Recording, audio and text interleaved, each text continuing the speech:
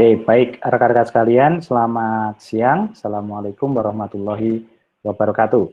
Nah, di siang hari ini kita bertemu kembali di mata kuliah Cyber and System Security atau keamanan sistem dan cyber.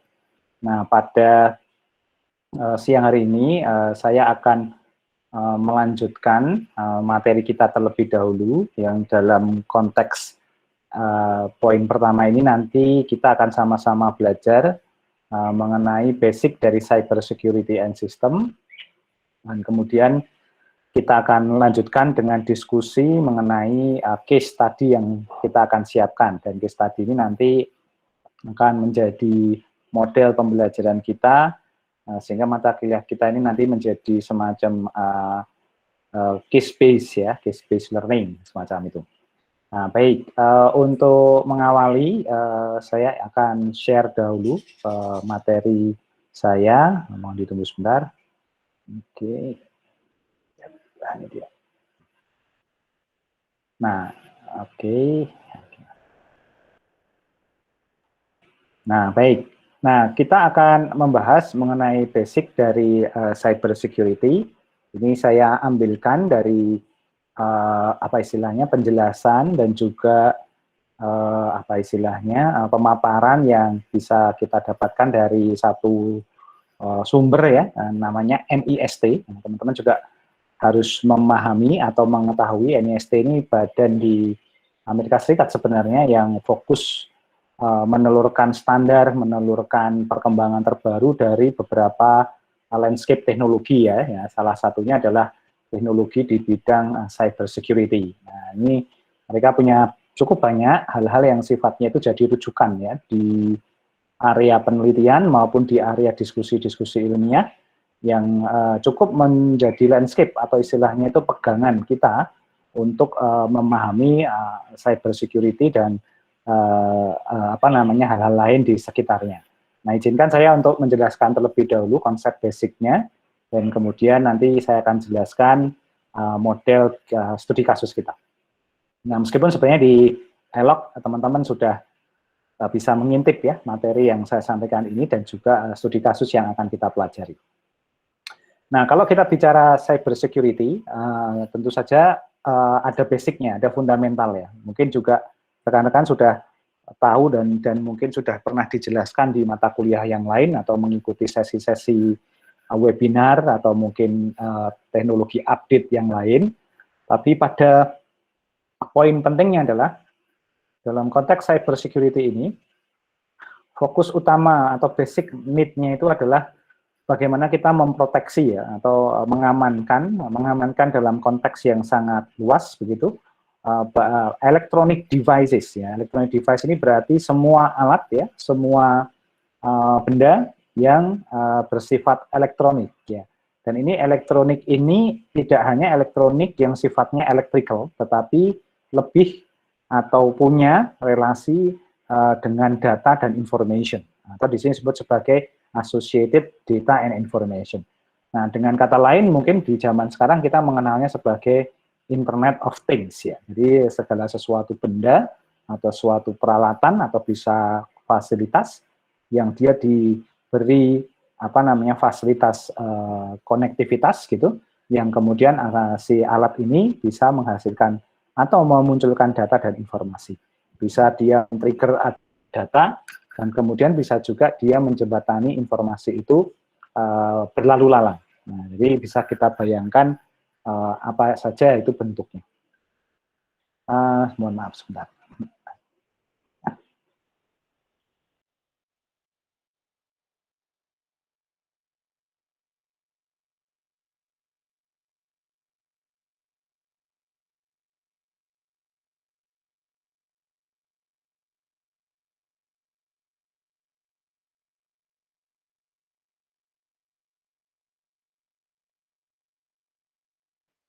Mohon maaf ada interupsi sebentar. Nah, ini yang disebut sebagai cyber security secara fundamental gitu ya. Nah, kalau kita kemudian teruskan ya, tentu saja kita punya banyak peralatan atau banyak hal yang kemudian bisa kita kaitkan sebagai electronic device yang terhubung atau dia memiliki keterkaitan dengan data dan informasi. Ya.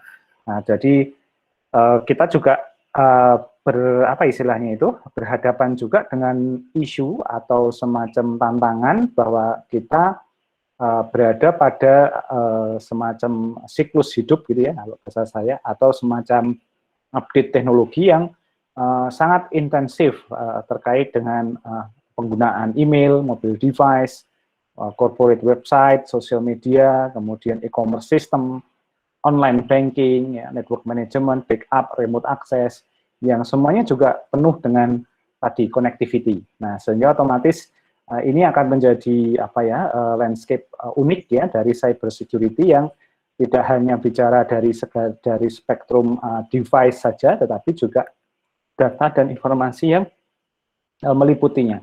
Nah, dalam hal ini nanti melibatkan aspek-aspek apa namanya data analitik dan sejenisnya.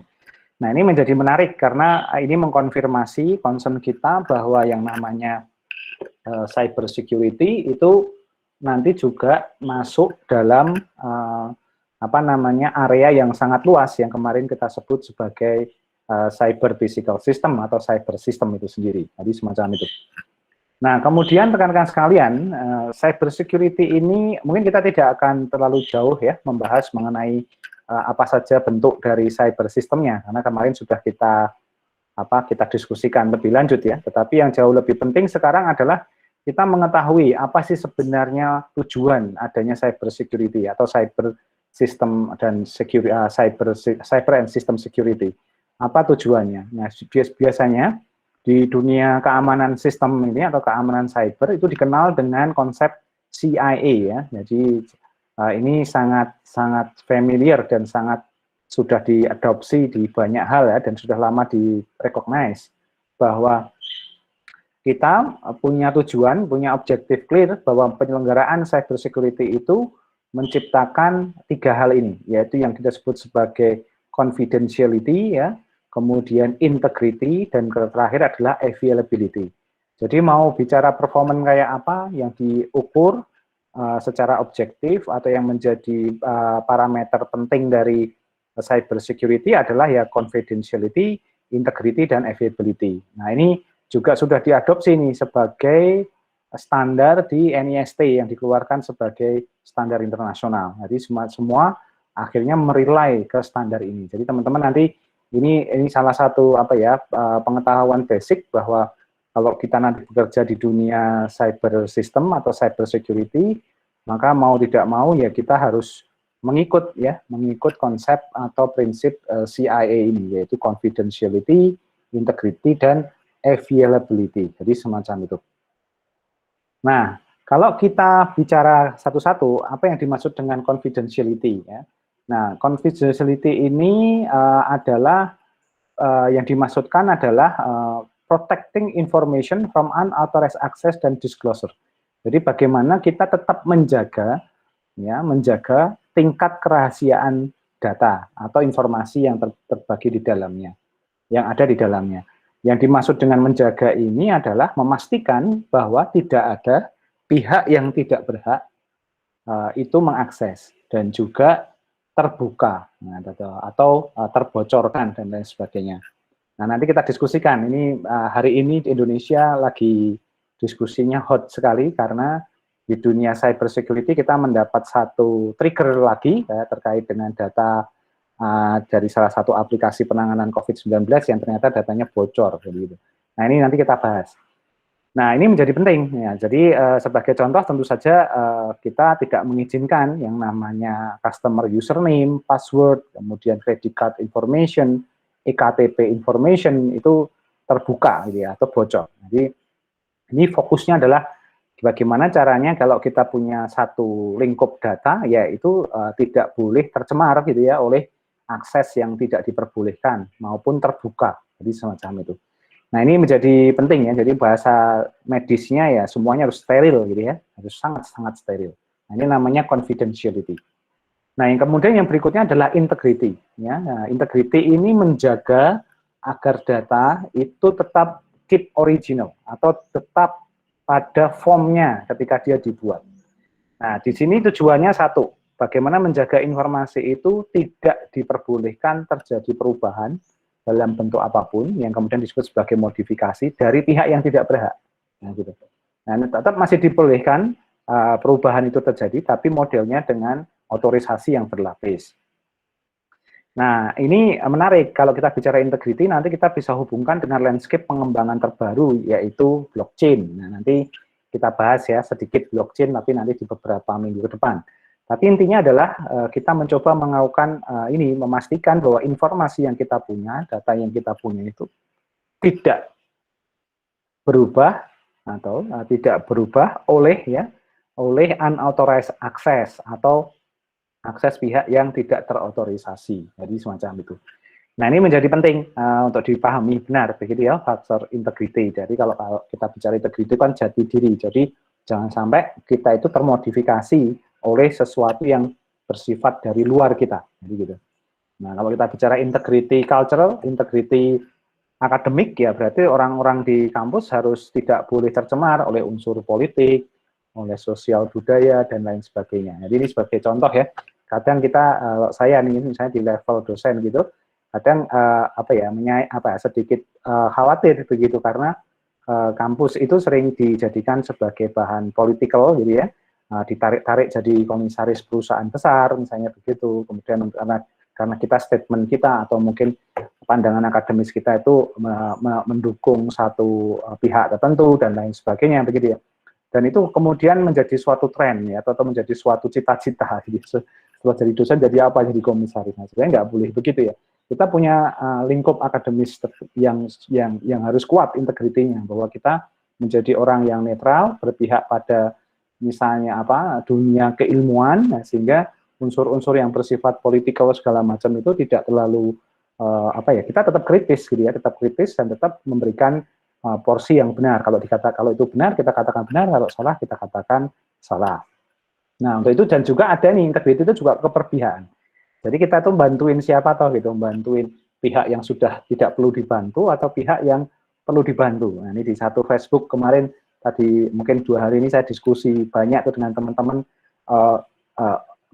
sebaiknya kita itu membantu bantu perusahaan yang sudah mapan karena agar keren gitu ya, atau sebenarnya bantu startupnya. Kalau menurut saya ya bantu startup, karena startup itu masih butuh riset development jangka panjang, butuh dibantu banyak orang, butuh funding, dan lain sebagainya. Dan ini anak-anak muda yang idealis. Ya. Kenapa kita tidak seperti kita pada bekerja seperti di kampus ya? Kampus ini kan kita membantu rekan-rekan mahasiswa agar punya bekal yang kuat ya untuk kritis, untuk independen nanti bisa bekerja secara profesional dan seterusnya. Jadi kan konteksnya itu sebenarnya. Jadi ini yang menjadi salah satu yang disebut sebagai integrity. Ya. Ini agak curhat dikit nggak apa-apa ya. Tapi intinya di situ saya ingin mencontohkan.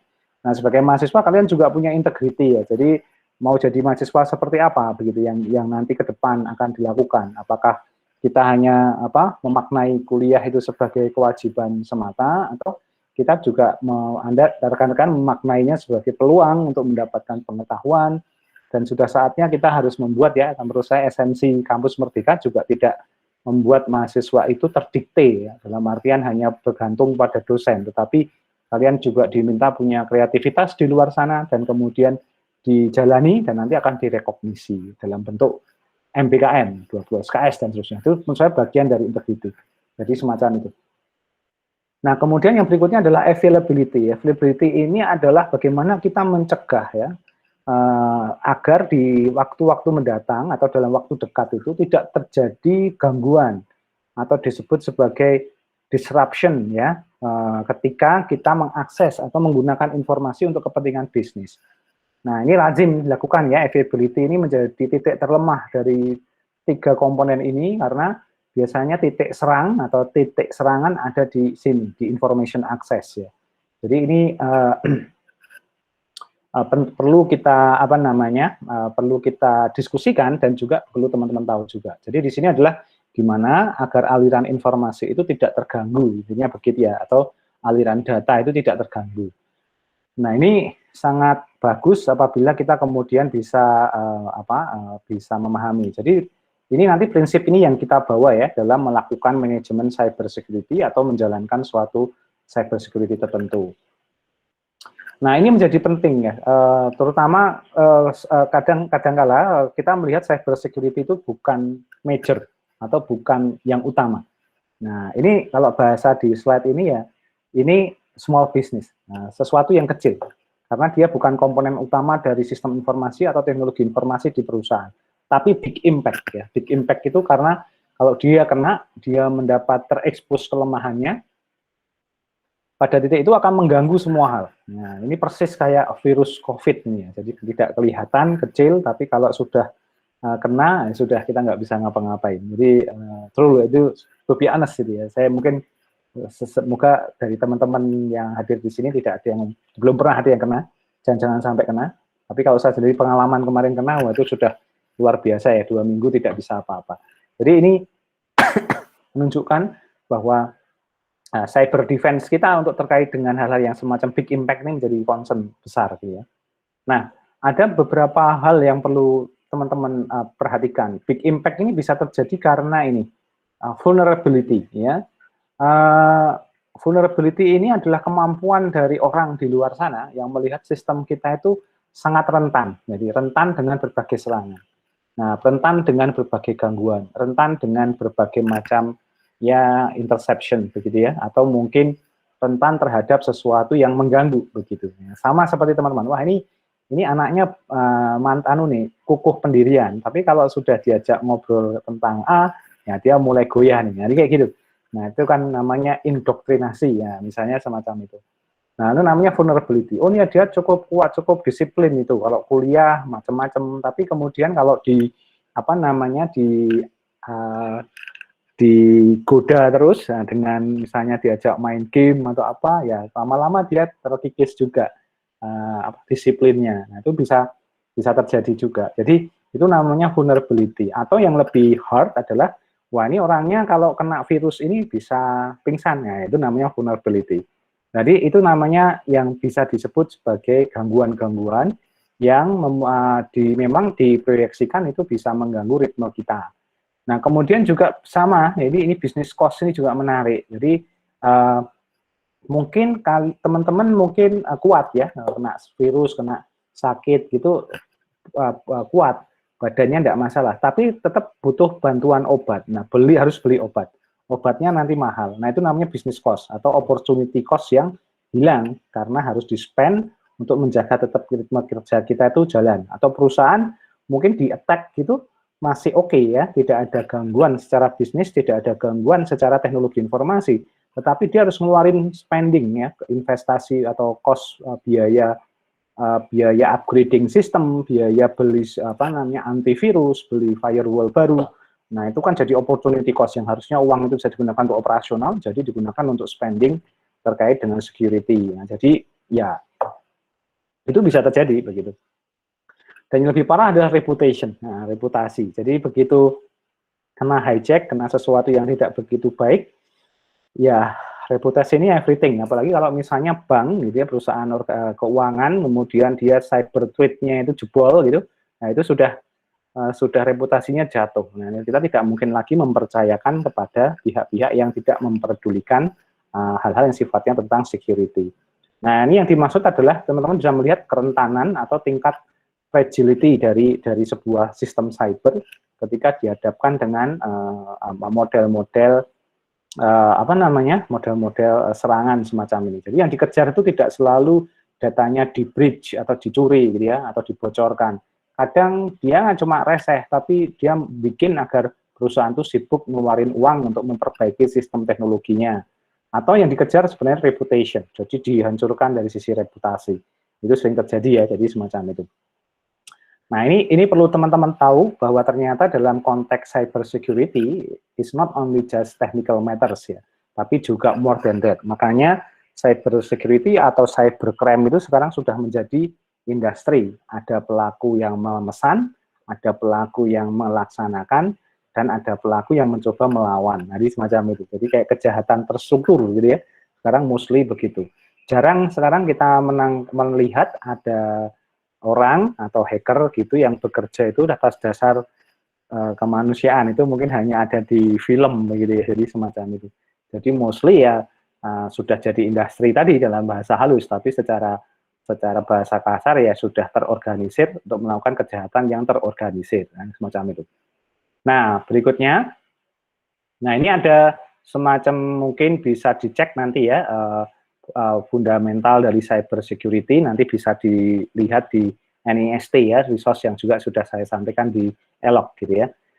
Nah, ada yang menarik bahwa beberapa yang sering terjadi, contoh-contoh yang sering terjadi ketika kita berhadapan dengan dunia cyber, yaitu biasanya ada yang bentuknya phishing attack ya, kemudian ada ransomware. Ransomware beberapa tahun lalu cukup dominan begitu dan cukup menakutkan, padahal secara behavior serangan tidak terlalu spesial sebenarnya.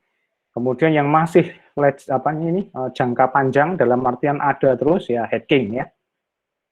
Hacking ini never ending gitu, selalu terus ada. Kemudian ada imposter scam, jadi menggunakan scamming. Dan kemudian nanti juga ada environmental event ya, jadi melakukan event-event tertentu untuk mengganggu operasional dari perusahaan atau organisasi yang dilibatkan. Nah, ini menjadi menarik. Phishing ini tidak hanya sekedar phishing technical yang pernah kita ketahui gitu ya. Tapi yang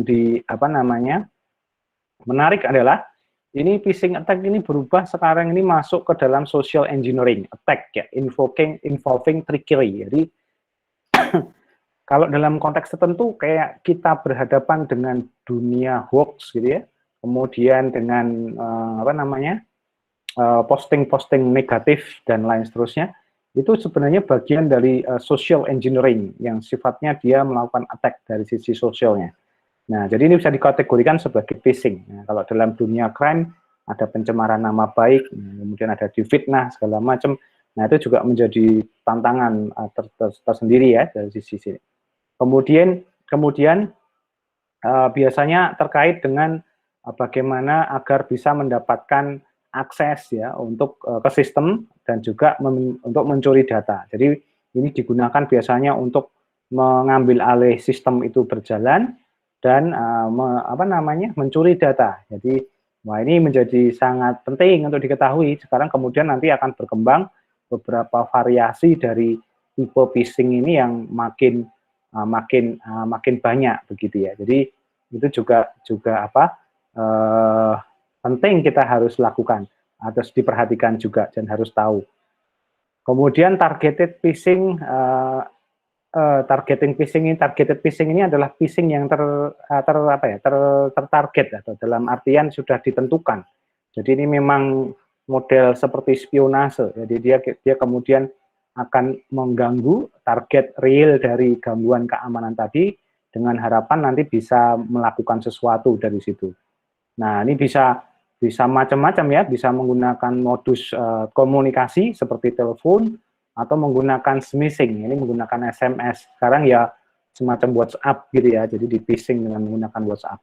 Nah, karena ini modelnya adalah social engineering, jadi bagaimana behavior atau perilaku dari target itu bisa mengikuti sesuai dengan keinginan kita, seperti gendam lah, tapi ini gendam berbasis internet begitu ya. Nah, ini contohnya semacam itu. Jadi menurut saya ini sudah terjadi cukup banyak ya, kasus-kasus misalnya pemberian PIN ATM, kemudian pembobolan kartu kredit, pencurian data dan lain sebagainya, data pribadi ya. Sekarang juga muncul ini yang terkait dengan pinjol ya, pinjaman online, financial loan dan lain sebagainya, itu menggunakan modus phishing. Jadi sebenarnya juga perlu kita ketahui. Nah, kemudian ada ransomware ya. Ransomware ini adalah software malicious ya, software yang mengganggu, yang tujuannya memang mendisrupt atau mengganggu berjalannya sistem yang berjalan ya. Nah, ini biasanya digunakan kalau sistemnya sudah bisa diganggu dan kemudian tidak bisa berfungsi, maka kemudian itu bisa memaksa user untuk kalau ingin dibuka kembali, dia harus membayar. Jadi semacam kayak bukan pembajakan, pemerasan. Nah, pemerasan. Jadi tapi dengan modus seperti itu. Nah, ini tentu saja nih hati-hati karena modelnya dia adalah ya semacam tadi kayak model random begitu. Nah, dia mengakuisisi sistem yang kelihatan ada dan kemudian dia akan ketika diinformasikan di situ, nanti kemudian sistem kita tidak bisa jalan, dan kemudian kayak semacam ada, kalau mau dibuka ya bayar gitu ya, tapi sebenarnya ini belum tentu itu nanti ketika kita membayar itu langsung kemudian dibuka aksesnya dan bisa bekerja, karena kadang dia juga menipu. Nah, ini ya beberapa ini juga minta dibayar dengan cryptocurrency. Mungkin coba lihat sesekali di folder email spam. Saya kadang melihat di email spam saya itu ada kayak mereka mengatakan begini ya, halo gitu, saya sudah mengamati perilaku Anda di internet dan saya berhasil mengakuisisi akses komputer Anda dari kamera segala macam dan mendapatkan bahwa saya mendapatkan data bahwa kamu melakukan apa namanya, istilahnya aktivitas ilegal, dan kemudian mendapati bahwa ada sesuatu yang ilegal yang terjadi. Dan kemudian yang berikutnya adalah kalau kamu pengen data kamu aman, silahkan bayar dengan menggunakan cryptocurrency, dalam hal ini Bitcoin, silahkan kirim ke sini ya, kayak gitu. Nah itu kalau bahasanya memang agak menakutkan, tapi apa namanya, bisa dilihat nanti semacam itu. Nah ini menjadi penting ya untuk diketahui bahwa ternyata memang modelnya itu cukup macam-macam. Nah, salah satu yang fenomena kemarin sangat dominan itu adalah menggunakan ransomware cry. Nah, ini kemarin membuat banyak perusahaan ini panik, membawa banyak hal, orang juga kemudian mulai paham bahwa serangan cyber ini memang ada gitu ya, dan nyata gitu. Nah, ini penting untuk diketahui juga. Nah, kemudian ada hacking. Nah, hacking ini memang ada sejak dulu dan motif dan tekniknya berkembang terus ya, jadi semacam itu. Nah, jadi ini konsepnya apapun bentuk hackingnya gitu ya, adalah unauthorized access to system information. Jadi menggunakan atau mencoba mengakses sistem dan data dengan dari pihak yang tidak terotorisasi atau tidak sebenarnya memiliki hak untuk menggunakan sistem dan data tersebut. Nah, caranya adalah tujuannya tadi ya, mengakses sistem dan informasi yang ada di dalam suatu organisasi. Nah, caranya macam-macam. Bisa dilakukan website attacking dulu, kemudian nanti sehingga kita bisa mengekspos username dan password dari sistem itu dan baru masuk. Atau mengakuisisi data baru kemudian diekspos dan seterusnya. Nah, kemudian bisa melakukan pencurian data juga, dalam artian mencuri username dan password dari orang dengan menggunakan website diduplikasi, kemudian nanti digunakan untuk masuk ke sistem dan datanya tadi. Jadi ini juga bisa dilakukan ya, dan sering terjadi juga. Nah, kemudian bisa digunakan juga untuk mencuri dana yang ada di sekarang platform di e-commerce ya, misalnya, atau di fintech gitu yang kita simpan di sana, dan juga mencuri intellectual property. Nah, ini juga harus dihati-hatikan. Jadi ini hacking ini konsepnya semacam ini, jadi semacam itu. Nah, kemudian nanti ada juga scam ya. Ini seperti penipuan kalau bahasa saya. Nah, scam ini adalah ada pihak yang mengaku dia resmi atau official. Nah, kemudian dia akan melaporkan menyampaikan ke kita informasi ada yang sangat krusial, dan kemudian yang krusial itu kita diminta untuk melakukan respon, dan respon itu biasanya memang ada konsekuensi finansialnya. Nah, sehingga kayak kita diminta untuk, oke, kamu dapat hadiah, tapi untuk mencairkan hadiah 10% dengan seharga 2 juta rupiah, tolong ditransfer dulu, nah semacam itu. Nah, jadi ya semacam itu. Ini bisa semacam itu. Jadi ini menjadi menjadi concern kita, karena kemudian ini berkembang, scam ini menjadi bervariasi ya, dari penipuannya tidak hanya sekedar penipuan dari sisi tadi finansial, tapi juga aset. Nah, ini juga berbahaya. Nah, kemudian ada juga nanti yang sifatnya itu environmental threat ya, gangguan keamanan dari sisi environment atau lingkungan ya. Nah, ini biasanya terjadi karena natural threat ya. Jadi biasanya terjadi karena kondisi alam ya, atau alamiah. Bisa terjadi karena kebakaran, gempa, banjir, ya, sehingga bisa mengganggu sistem data center atau sistem operasional kita. Ini sangat memungkinkan sekali. Apalagi kita misalnya di UGM di Jogja begitu, mungkin semuanya ada ya. Nah, jadi kebakaran bisa terjadi, earthquake juga sangat memungkinkan, banjir juga meskipun kita ada di dataran yang ada tinggi rendahnya, tapi banjir lokal di perkotaan juga menurut saya juga sangat berbahaya, dan kemudian yang lainnya. Nah, jadi luar biasa. Jadi ini juga apa istilahnya? Kita juga harus membuka mata bahwa spektrum security apa istilahnya ini tidak terlalu kita harus tahu bahwa ternyata itu juga perlu diperhatikan aspek-aspek yang sifatnya ini kan non teknis ya, tetapi menjadi penting. Makanya kita melihat pembangunan data center di perusahaan-perusahaan besar atau perusahaan-perusahaan multinasional itu jarang sekali yang mendekati area-area yang ada permasalahan ini, ya kan? Jadi semacam itu. Nah, kalau ditanya kenapa kok Jogja nggak dilirik jadi data center, ya simpel saja karena resiko ini ada semua di Jogja kan gitu. Nah, jadi pasti akan dicari ya, data centernya ada di Batam ya, yang dekat dengan Singapura misalnya. Kemudian data centernya ada di Balikpapan begitu. Jadi yang relatif stabil kondisi alamnya. Nah, ini jadi penting begitu ya. Jadi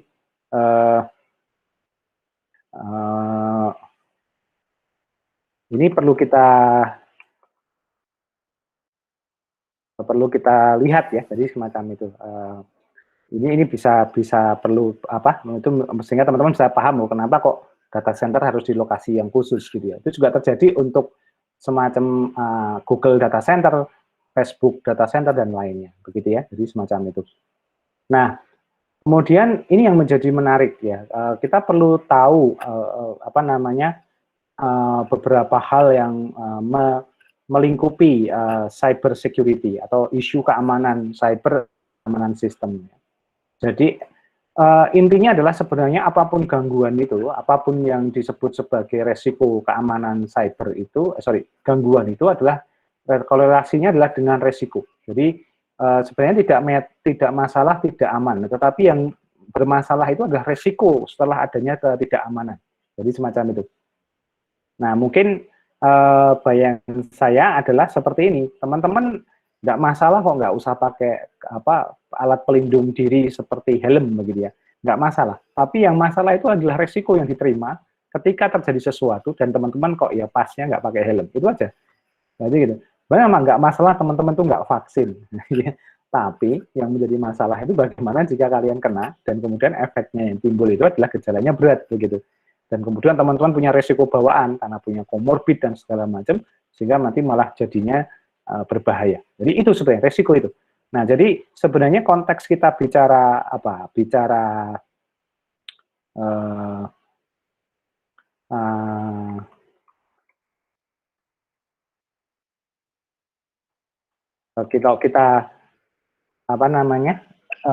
kita lihat di sini, maka cara pandang dari cyber and system security itu tidak hanya sekedar membangun fortress ya atau benteng gitu, tidak hanya membangun benteng pertahanan, tetapi bagaimana kita menemukan risiko baik itu ada atau tidaknya benteng pertahanan tadi. Nah, jadi seringkali kita kayak di contoh ya, kalau saya suka juga baca buku sejarah gitu, terutama tentang perangnya Diponegoro gitu.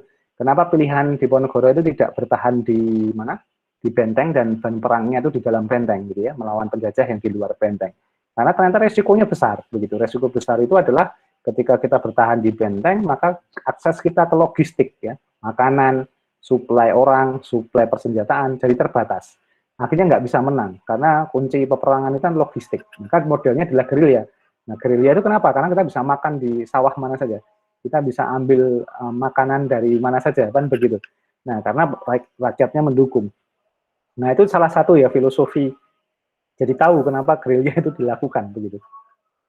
Nah, pertahanan perlu dilakukan ketika kita memang sudah menguasai resource dan kemudian kita butuh tanda bahwa kita menguasai suatu daerah. Maka benteng itu menjadi pertanda. Jadi semacam. Nah, dalam konteks cyber security kita juga analoginya mirip, sehingga kita harus tahu nih apa yang menyebabkan atau yang mempengaruhi munculnya resiko. Nah, jadi gitu. Nah, munculnya resiko itu bisa terjadi karena gangguan. Gangguan apa yang sebenarnya akan terjadi ketika kita tidak memperhatikan yang kita memperhatikan resiko tadi. Apa vulnerabilities yang terjadi, ya. Kemudian apa yang mungkin terjadi selain dari vulnerabilitas, dan apa impact atau resiko masa depan ketika itu dihubungkan dengan proses bisnis yang kita jalankan. Nah, itu menjadi sangat penting. Nah, ini yang menjadi penting ya, apa namanya, pertanyaan pertamanya tentu saja adalah apa yang sebenarnya kita amankan, apa yang sebenarnya kita lindungi. Poin apa, parameter penting apa yang sebenarnya kita lindungi, ya, jadi semacam itu.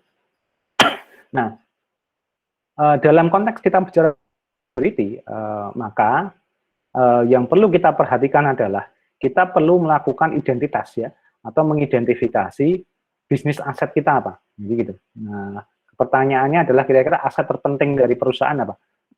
Aset penting dari apa namanya? Aset penting dari proses bisnis kita apa? Apakah peralatan, ataukah data informasi di dalamnya, atau transaksinya, atau apa? Nah, itu akan memudahkan kita untuk mengidentifikasi jangan sampai sesuatu yang sangat penting ini itu terganggu atau terkena threat tadi. Nah, jadi itu salah satu cara pandangnya. Jadi contoh ya, teman-teman itu informasi atau data sensitifnya apa misalnya. Nah, kalau itu kemudian saya singgung dan saya kemudian eksploitasi sebagai bagian dari bercanda misalnya begitu, pasti teman-teman akan sensitif kan gitu. Akan merasa tidak nyaman dan kemudian bisa jadi marah, protes begitu. Nah, itu contoh. Itu bisnis aset itu kayak gitu. Nah, perusahaan biasanya cukup banyak ya bisnis aset ya, itu dari aset perusahaan yang fisik bisa jadi, makanya nggak heran perusahaan itu nyiapin satpam karena memang bisnis aset itu gedungnya gitu. Tapi juga ada data center yang menyimpan datanya. Ada juga yang lain, bahkan beberapa orang diberikan fasilitas khusus ya menjadi VIP sehingga dia diberikan person keamanan yang mengawal dia tiap hari karena dia adalah aset begitu. Nah, ini sama, jadi semacam itu. Nah, kemudian yang pertanyaan kedua adalah dari setiap aset tadi yang diidentifikasi, valuable apa tidak? Nah, valuable apa tidak itu maksudnya kalau kita kehilangan aset itu, apa yang terjadi? Apakah bisnis kita berhenti atau tidak? Nah, kalau sampai berhenti, maka dia menjadi esensial aset. Makanya nggak boleh, nggak aman, begitu. Nah, ini menjadi sangat penting ya. Jadi sama kayak kita, kalau bicara integritas, kira-kira apa yang kalau kita diskusi sama teman kita tentang politik, tentang agama, tentang apa yang kira-kira nggak boleh disentuh. Nah, kalau disentuh itu kita marah. Kalau disentuh itu kita seperti bagian dari kita memberontak begitu. Nah, itu namanya essential asset gitu ya. Kita akan mati-matian mendefense itu ketika sesuatu itu mengganggu kita, baik itu ideologi, pendapat, bahkan yang sifatnya fisik kan begitu.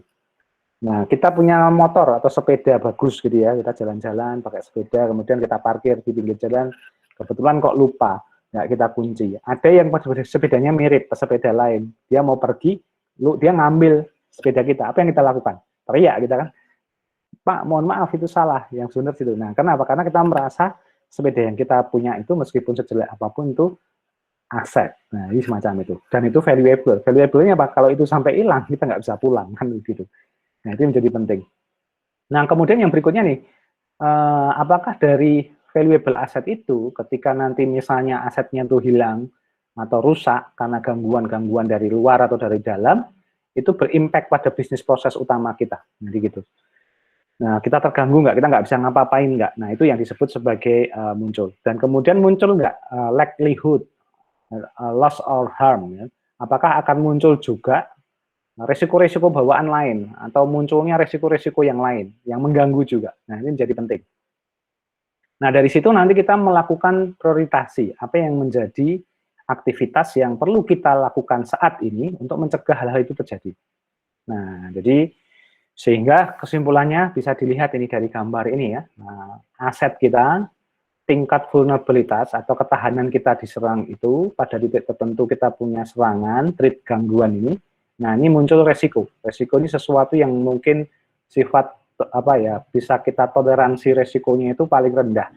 Jadi muncul dan kita nggak bisa menolak dan terpaksa kita harus menerima dan meresponnya agar kemudian kita harus melakukan langkah-langkah tertentu untuk menghindari resiko yang lebih Nah, dalam konteks cyber security ini, kita jadi sadar bahwa resiko keamanan sistem atau keamanan cyber itu melekat ya, akan selalu ada di setiap proses yang berjalan. Nah, jadi semacam itu. Nah, ini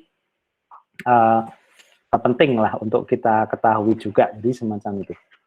Nah, kemudian yang berikutnya, ketika kita melakukan langkah-langkah tadi, memperlihatkan atau mengidentifikasi bisnis aset yang berisiko terhadap keamanan cyber, nah kita bisa melihat dari parameter ini ya, dari parameter ini. Jadi bisa information, proses, dan termasuk people dan teknologinya. Jadi apakah ada elemen dari informasi yang menjadi bisnis aset, proses. Ini kadang proses itu terkait dengan intellectual property ya, jadi semacam itu. Nah, mungkin kalau nanti rekan-rekan itu punya pengalaman, misalnya bekerja di satu startup dan kemudian pindah ke startup yang lain, biasanya kan ada notice ya, misalnya menandatangani klausul NDA atau non-disclosure agreement, ya, di mana kita diikat untuk tidak membocorkan informasi dari perusahaan sebelumnya. Nah, itu untuk menjaga intellectual property atau aset dari company sebelumnya. Nah, itu bisa sudah sangat memungkinkan. Nah, kemudian nanti juga ini people dan teknologinya. Jadi penjelasannya sama persis seperti yang saya ilustrasikan sebelumnya.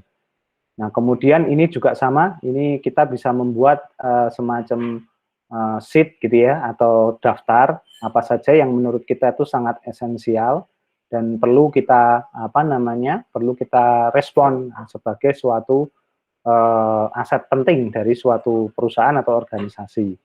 Jadi bisa saja data, ya, contohnya informasi tentang data kesehatan pasien, misalnya semacam itu kalau di rumah sakit, kemudian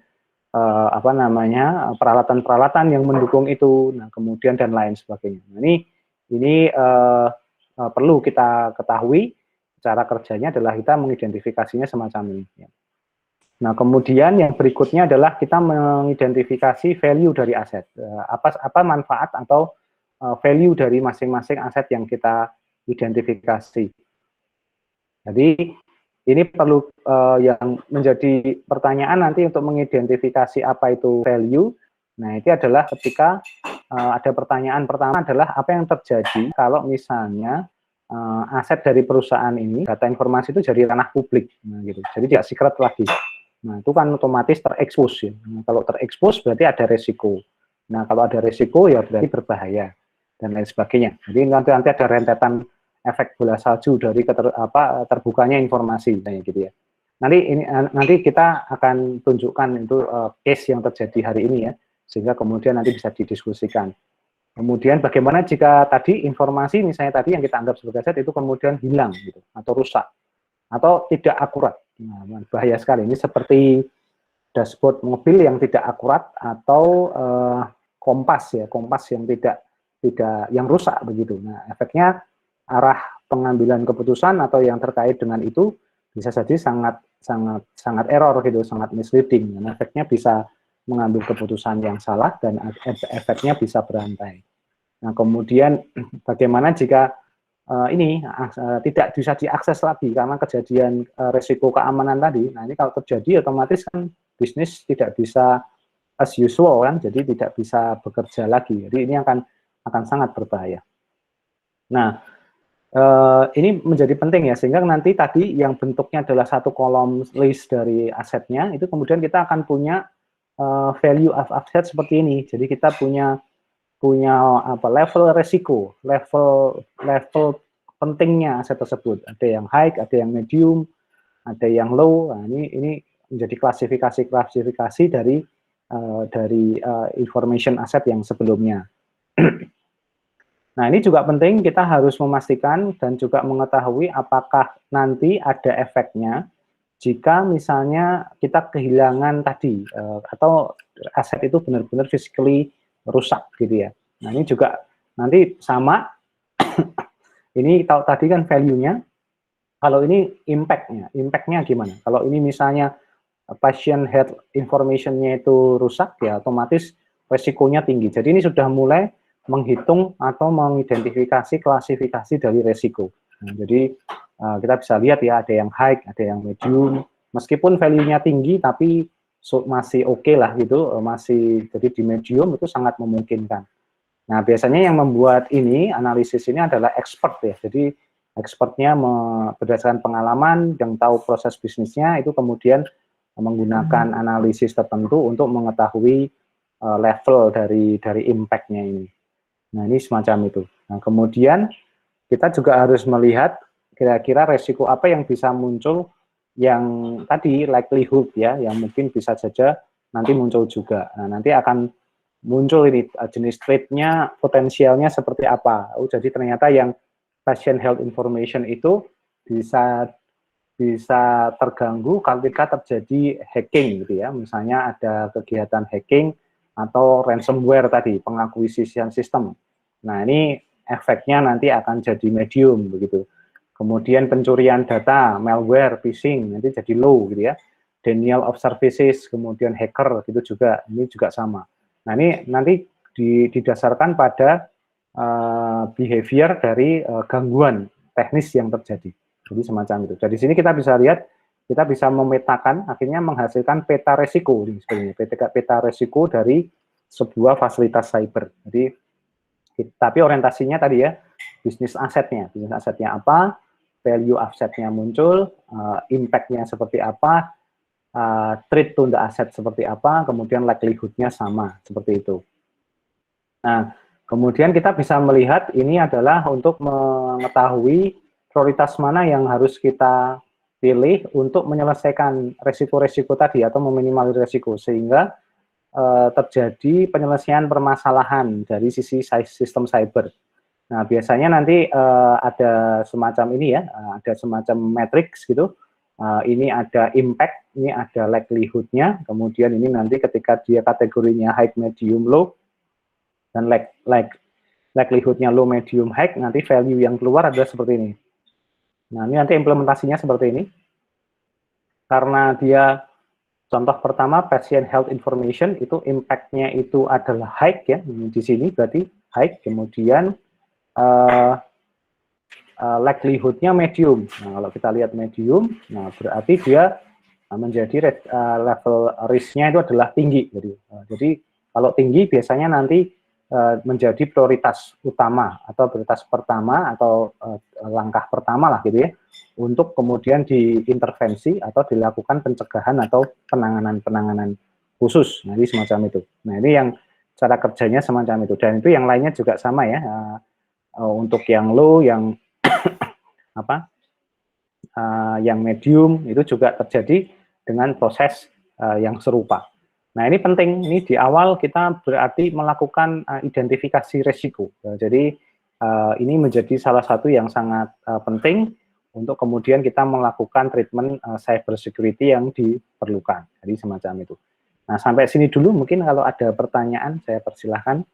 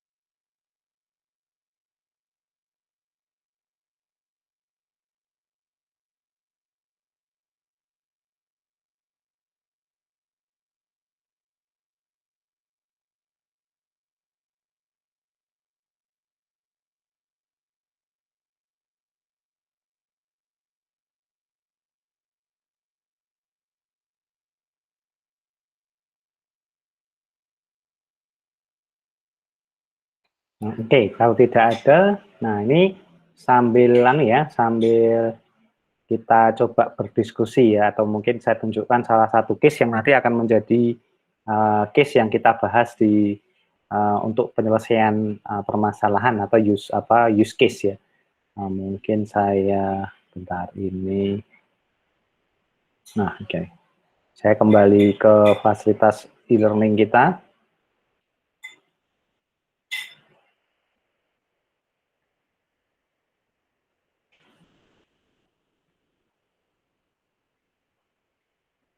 Oke.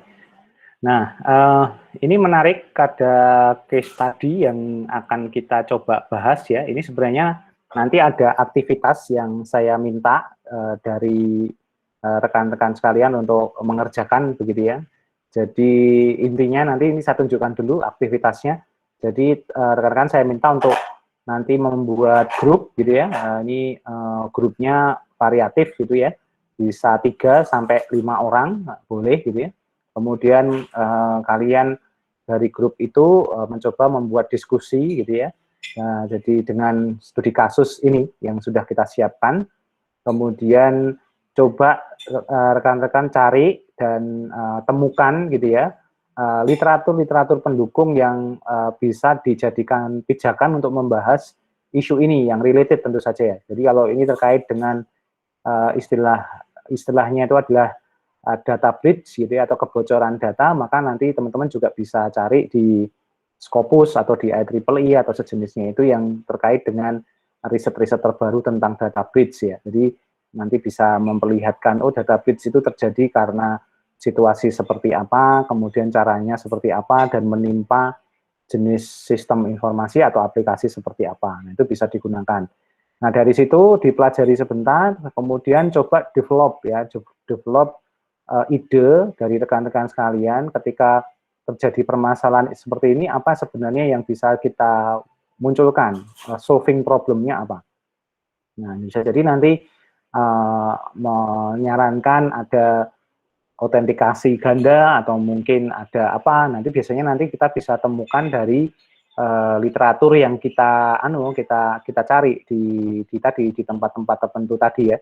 Nah, kita coba dibahas gitu dengan teman-teman dengan satu grup tentang idenya ini. Nah, kemudian nanti dilaporkan dalam 2 bentuk. Jadi yang pertama ini nanti bentuknya semacam draft paper ya. Kemudian nanti formatnya cari aja dia yang IEEE format, dan kemudian membuat presentasi untuk minggu depan. Jadi minggu depan teman-teman akan saya minta untuk presentasi per kelompok terkait dengan idenya ini. Nah, ini nanti akan menjadi case study sebenarnya untuk mid-sem atau ujian tengah semester. Final papernya, ya, final papernya itu disubmit sebagai mid semester sebenarnya. Nah, tetapi kita akan mencoba submission-nya itu bertahap. Jadi draft awal nanti disubmit, nanti akan saya tambahkan submission, silakan disubmit untuk minggu depan ya. Sejadinya dulu. Jadi di versi draft pertama seperti apa?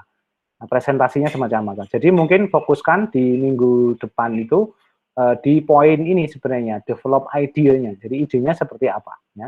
Nah, case kita seperti apa? Nah, case-nya itu yang saya angkat adalah ini. Nah, jadi ini fresh from the oven ya. Jadi tanggal 30 Agustus kemarin itu ada report dari VPN Mentor ya terkait dengan kebocoran data dari suatu aplikasi yang digunakan di satu kementerian di negara kita. Nah, ini saya akan coba diskusikan dengan teman-teman sekaligus tadi membahas materi kita yang terkait dengan cyber security fundamental tadi ya.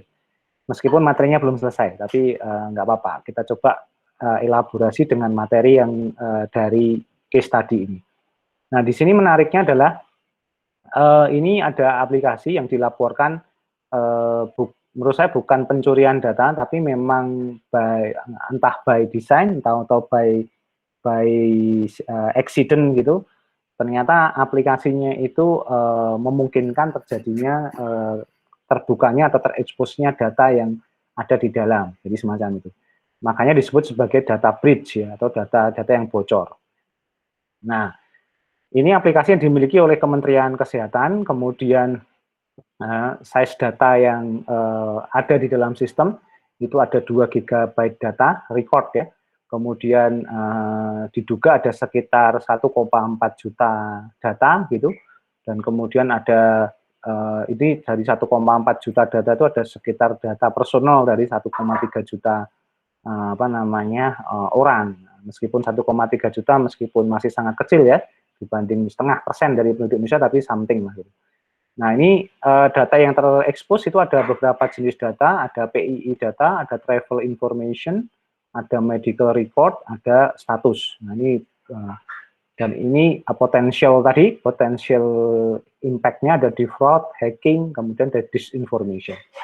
Nah, sistem apa yang terkena gitu ya? Nah, sistem yang terkena ini adalah ini, Electronic Health Alert Card ya.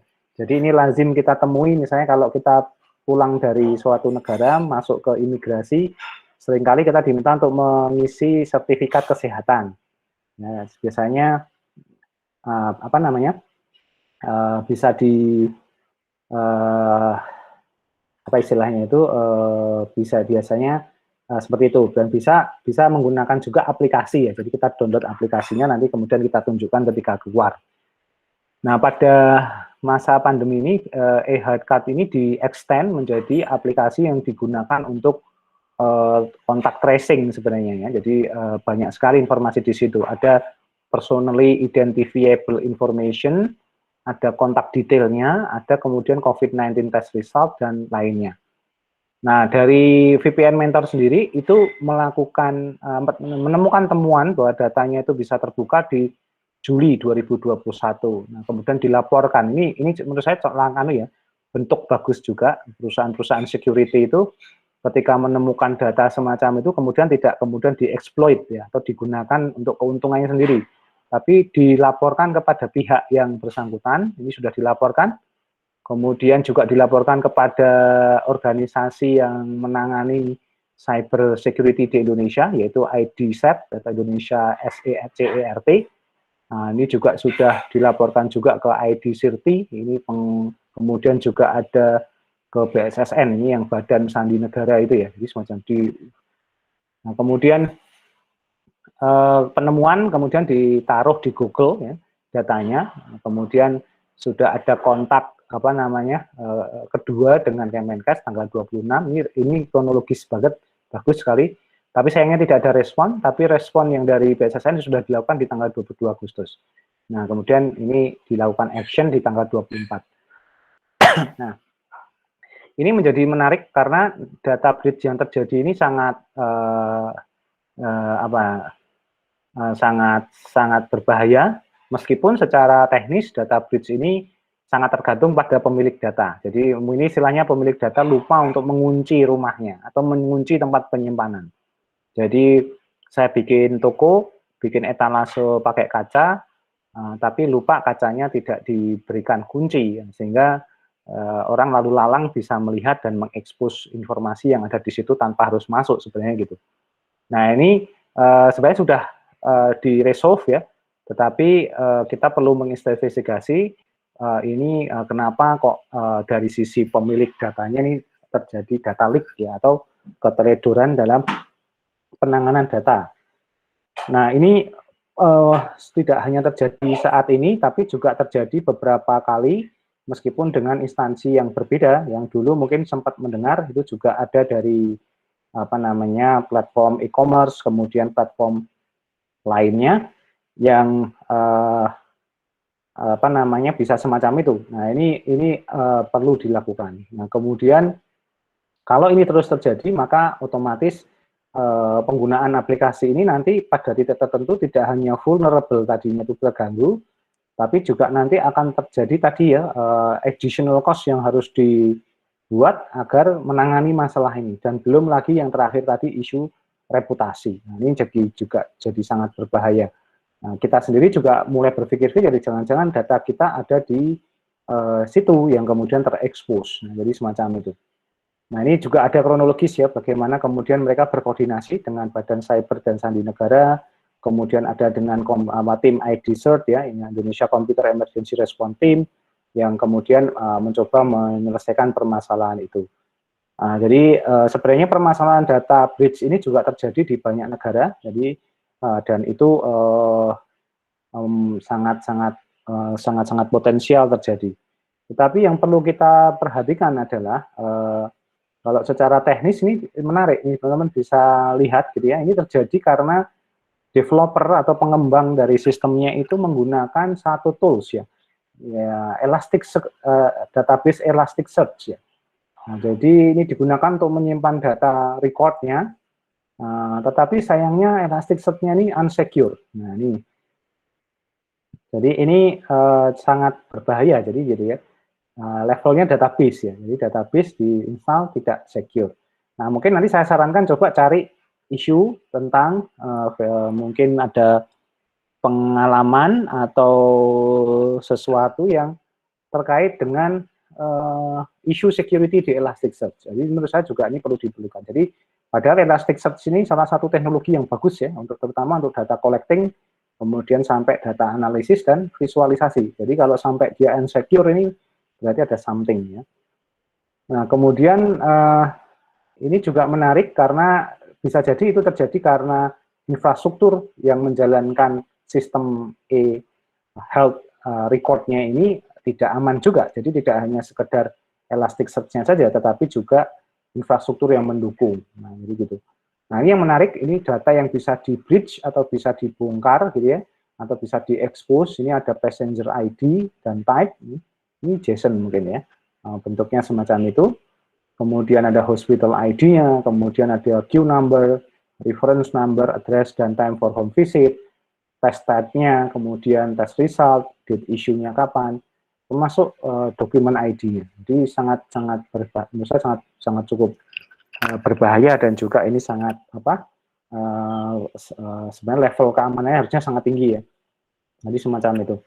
Nah, ketika kita menemukan semacam ini, kita mulai berpikir resiko apa yang mungkin terjadi ketika data-data ini terekspos. Nah, gitu kan. Nah, ini kan cara pandang cyber security tadi ya, semacam itu. Sehingga nanti kita bisa menentukan ini levelnya resiko tinggi atau tidak, begitu ya.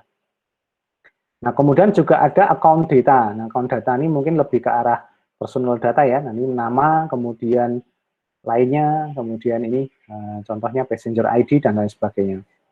Terus kemudian juga ada individual hospital data. Ya, jadi ini alamat-alamat rumah sakit dan lain sebagainya. Jadi ini hospital detail, siapa yang responsible dan lain sebagainya. Jadi ini cukup juga nih ya, sensitif juga. Nah, kemudian ini passenger personal data. Nah, ini juga cukup menantang ya, karena passenger detail, passenger national Indonesian ID number, pasport dan profile foto ini juga terekspos, kemudian passenger hotel, additional passenger foto dan lain sebagainya juga muncul. Nah, jadi ini otomatis kan ditelanjangin benar begitu ya. Nah, kemudian ini juga muncul ya. Jadi ada PI data from e-hack staff gitu ya, dari ID number, name dan lain sebagainya. Nah, dari sini kita bisa melihat ada potensi kerugian lah gitu ya, ada potensi resiko yang muncul dari situ. Jadi ini ada data breach of impact-nya. Nah, ini tentu saja untuk pengguna begitu banyak data yang dikoleksi, ini tentu saja membuat pengguna individual menjadi tidak secure ya, karena mereka punya, orang yang menggunakan ini akan punya koleksi data personal kita, sehingga private account kita macam-macam itu bisa digunakan sebagai poin awal untuk menelusur ke hal-hal yang lain. Dan itu bisa digunakan untuk melakukan banyak hal ya, misalnya mencuri ini steal identity kita, melacak keberadaan kita, kemudian melakukan scamming kepada kita juga, kemudian melakukan fraud atas nama kita dan lain sebagainya. Ini juga berbahaya sekali. Jadi kita harus memikirkan resiko setelah ini terbreach gitu ya. Jadi apa yang mungkin terjadi gitu, ini kan sangat bahaya. Tapi memang sayangnya selama ini ketika terjadi hal-hal kayak gini ya hangat dibicarakan di 1-3 hari begitu, kemudian seperti isunya hilang. Bahkan kita kadang tidak mendengar apa langkah strategik dari pihak tersebut untuk mengatasi permasalahan semacam ini. Nah, ini yang paling bahaya memang para hacker nanti akan menggunakan ini untuk melakukan phishing ya, kemudian hacking dan lain sebagainya. Ini akan sangat berbahaya. Jadi ini bisa identitas kita tercuri sehingga bisa mengakses private account kita, kemudian membuat credit card fake atas nama kita dan lain sebagainya. Nah, kemudian bisa mengambil informasi sensitif kita yang terutama terkait dengan keuangan dan lain sebagainya. Nah, ini harus dilakukan ya. Nah, ini tentu saja kita agak mengkhawatirkan hal ini. Nah, kemudian untuk penyedia apa namanya instansi terkait ya yang menyediakan layanan e-hack dan Minister of Health-nya ini juga menurut saya harus hati-hati karena ada resiko nih bahwa apa namanya data yang sudah terekam dalam database tersebut itu bisa digunakan untuk sesuatu yang sifatnya apa ya serangan gitu ya, jadi semacam itu. Jadi ini bisa nanti kita bisa ditercuri nih data-data yang sangat apa namanya sensitif mengenai penanganan pandemi COVID-19 di Indonesia. Jadi kita bisa melihat nanti report-report lain yang sebenarnya itu berasal dari data yang ada di kita. Dan ini apa namanya misalnya nanti datanya sampai di misalnya kalau kemarin kemudian sampai data base-nya diubah, kemudian mereka bermain di level database, memainkan apa namanya data dan informasi yang ada di sana, nah, itu akan sangat berbahaya sekali. Nah, sehingga saya membayangkan nanti ya Kementerian Kesehatan dan seterusnya tidak akan punya data yang valid dan akhirnya sistem ini tidak bisa diandalkan karena memang datanya sudah kita nggak tahu itu diubah atau tidak ya, sudah tercemar atau tidak kita nggak tahu. Nah, ini yang menjadi menarik ya. Menurut saya kalau dari rentang waktu yang disampaikan, menurut saya cukup waktu dari pihak-pihak yang berhasil mengeksploitasi database ini sudah punya kopiannya dan kemudian menjual belikannya misalnya bisa juga atau digunakan untuk hal yang lain. Nah, jadi semacam itu. Jadi ini juga perlu kita perhatikan ya. Kemudian ini yang paling berbahaya ya, distrust ini.